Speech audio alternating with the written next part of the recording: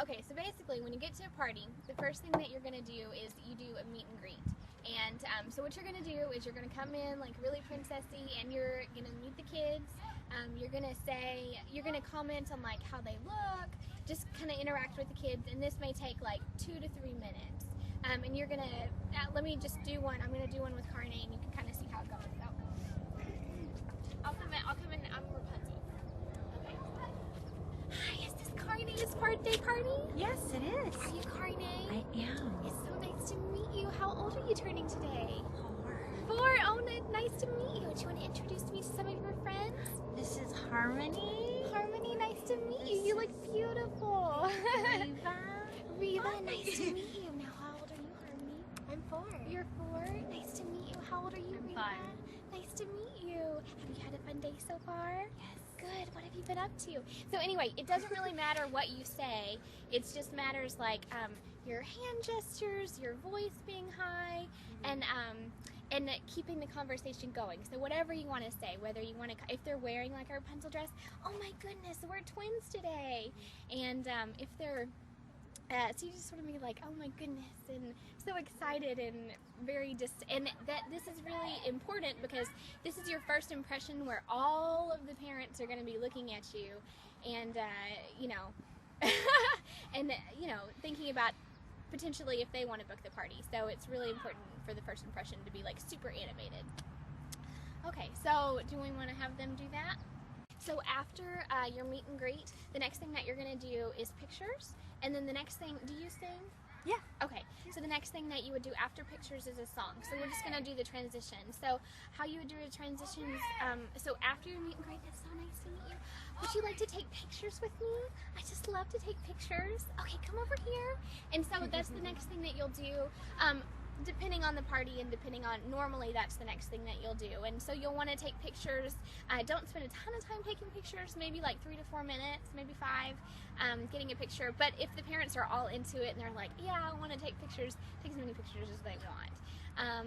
But you definitely want to get individual pictures with the birthday girl. If the parents want to take individual pictures with the rest of everybody, go with that. And if they want to take group pictures right then, that's fine. They may want to wait a little bit later in the party to take group pictures, but if they want it then, that's cool too.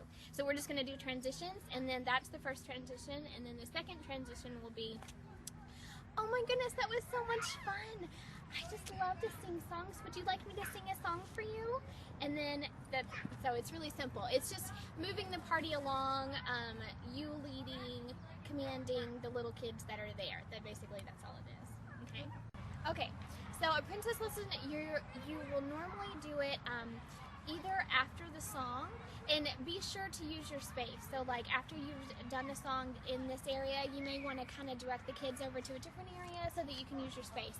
However, depending on the party, you may have stayed in like one place too long, so it may be good to do a game and then the princess lesson a little bit later, or if they have a game for you to play, do their game first and then kind of throw the princess lesson in there if it's time has come where like everybody's bored and you need something to do. Princess lesson always good to throw in.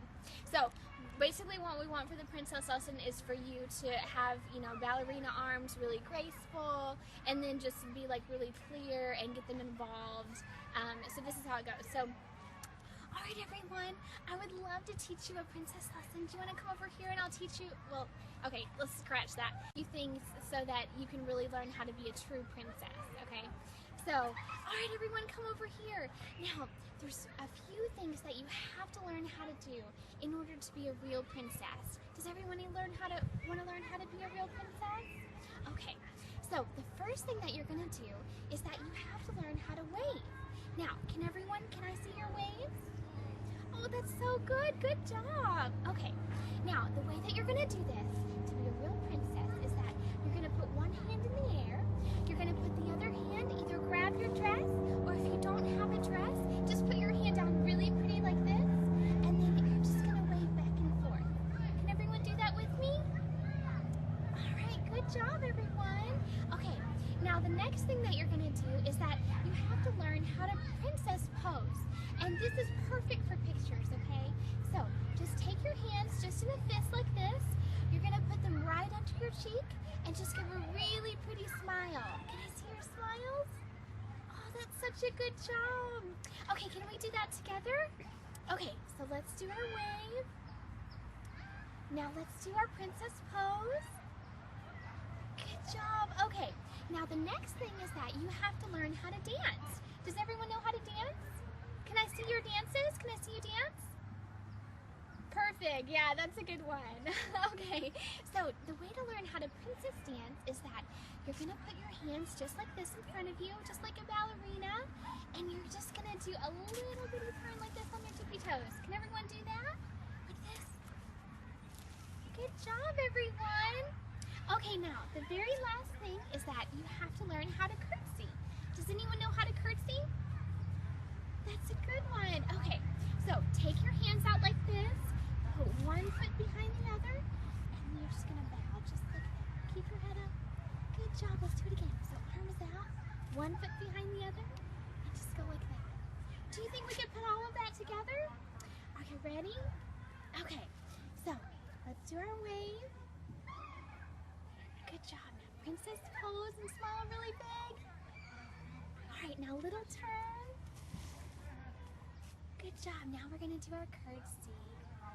Good job, everyone. That was wonderful. Do you think we could turn around and do it for your parents? All right, everyone, let's do your parents. So, parents are right here, so let's face our parents so they can take pictures. Okay, so let's do our wave. All right, princess pose. Now smile really big at your parents. Good job. And do a little turn. Good job. And then our curtsy. Good job, everyone. That was wonderful. Okay, so for the 30-minute parties, you're basically going to do the meet and greet like we did, pictures, then you're going to do a story time. And the story time is going to be like 5 to 7 minutes. The best place to get your stories is if you just go to YouTube and you type in like Ariel story time on YouTube, and there'll be the actual Disney one that they do at the park. And basically what I do is that I just listen to that like a few times, and now even before I do like a Cinderella performance, I'll type in Cinderella story time and I'll just listen to that to get the story back in my head, and also to get the words that you want to use back in your head. So for example, like in Snow White's story, it's kind of scary because someone dies. So you don't want to use the word dies. So you want to use like, she was no more. So it'll just give you examples of like wording to use that, you know, it kind of in your head to put it in and goes back over the story. So that's the best way to, because we don't want you to have to memorize. You can if you want to, if you feel most comfortable memorizing a story, but really just know the story in your head and just be confident talking about a story. So I can, as long as I've seen the movie, I'm confident enough to where I can really say any story. And the main thing about the storytelling is it has to be super interactive. And this is good because it makes it easier for you. Because so what you're going to do is you're going to say, you're going to start your story, and then you're going to ask a question related to the story. And then you're going to do a little bit more and then ask a question. And this also can put the emphasis not on you so much. It really puts the emphasis on the kids and like getting them involved. So like a Cinderella, an example may be, so I didn't always dress in a beautiful ball gown like this. I used to dress in rags. And I would spend all day long cooking and cleaning for my stepsisters. Now, do you know what their names were? Rosella and Rosella. Okay, wonderful. And then, so does that make sense? So like you're going to do the story and then ask a question, and then do more story and then ask a question. And this will get them really involved into the story, put less emphasis on you. Okay, so after meet and greet, pictures, story time, then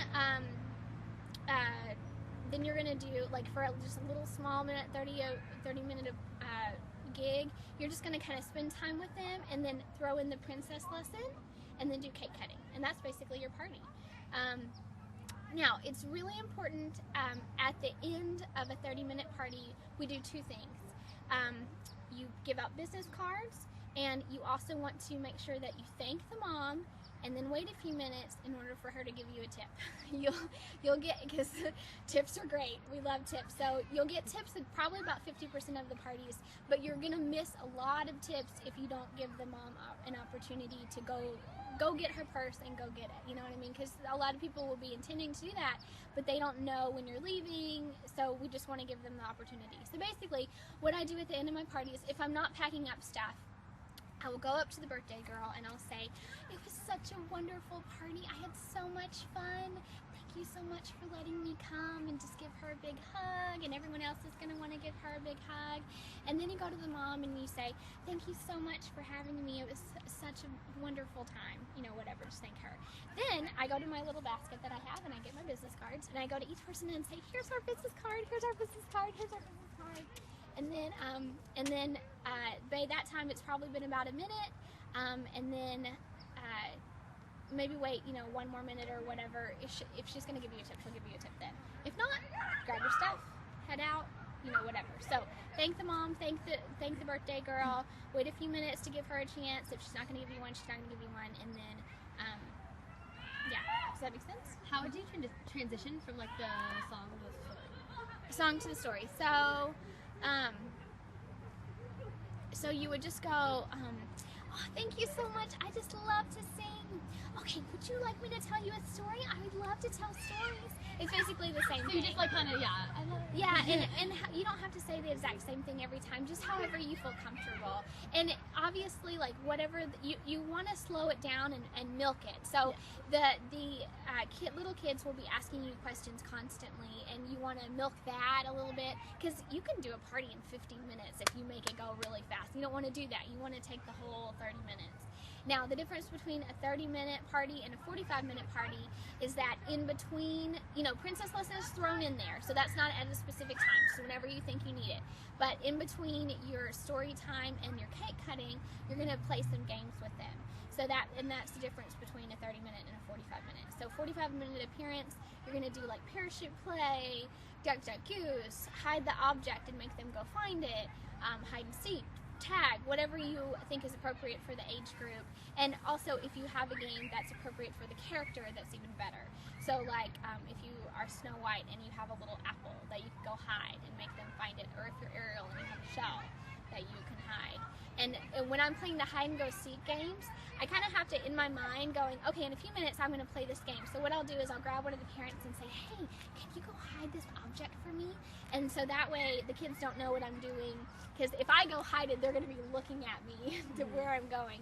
Another thing that I've learned recently, and this is really fun, after I do the parachute game, I'll make all the kids get under the parachute, and I'm like, "Okay, I want you to count to 30, and then, you know, and then the little kid, or I go hide the object, or just whenever they're counting, you can have them under the parachute, and that makes it really fun for them."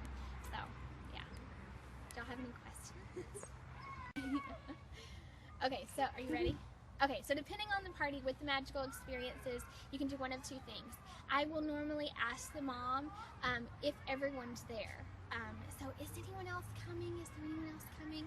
And if she says that there's a few more people coming or like on their way, then I'll go ahead and start face painting right away and do an hour of face painting and then the normal party. But I think it's a better impression if everyone is there. Go ahead and do your meet and greet. I mean, obviously you'll do your meet and greet before the face painting as well. But if everyone's there, do your meet and greet, your song, and your story time, then start on the face painting, because that gives them, one thing is that my voice gets worn out after an hour of like talking, and you're going to be talking while you're face painting, so I like to do the song right away. It also makes a really good impression on everyone. It's like, oh, that was really cool, so the parents really like it and they're really impressed by a song and a story time at first. So if everyone's there, go ahead and do that, then start your hour of face painting, and then finish up with your games and cake cutting and princess lesson. And then another thing for the magical experience is that we do a crowning. So basically, she will provide you with a crown, and you'll either have a wand, or if you don't have a wand, that's fine. And all you do is, if you've already done the princess lesson, what you can do is say, "Okay, birthday girl, everyone gather around, and I just want you to do, real quick, can you do your curtsy for me? Oh, that's beautiful. Okay, I crown you princess for the day." That's what I do if I don't have a wand. If I have a wand, I can do that. And then we put the crown in their head, and everybody claps, and that's the crowning. So that's also a magical experience.